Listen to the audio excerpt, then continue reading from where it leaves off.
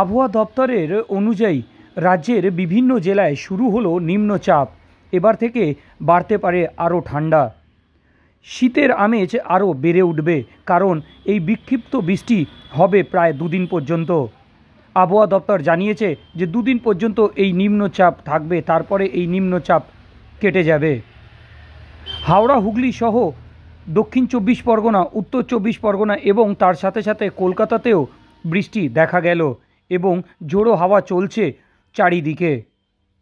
আবহাওয়া দপ্তরের তরফ থেকে জানানো হয়েছে যে লোকজন বাইরে বেরোলে একেবারে সাবধানে বেরোতে হবে। জ্যাকেট, সোয়েটারের ব্যবহার তাদের করতে হবে, নালে যখন তখন শরীর খারাপ হতে পারে।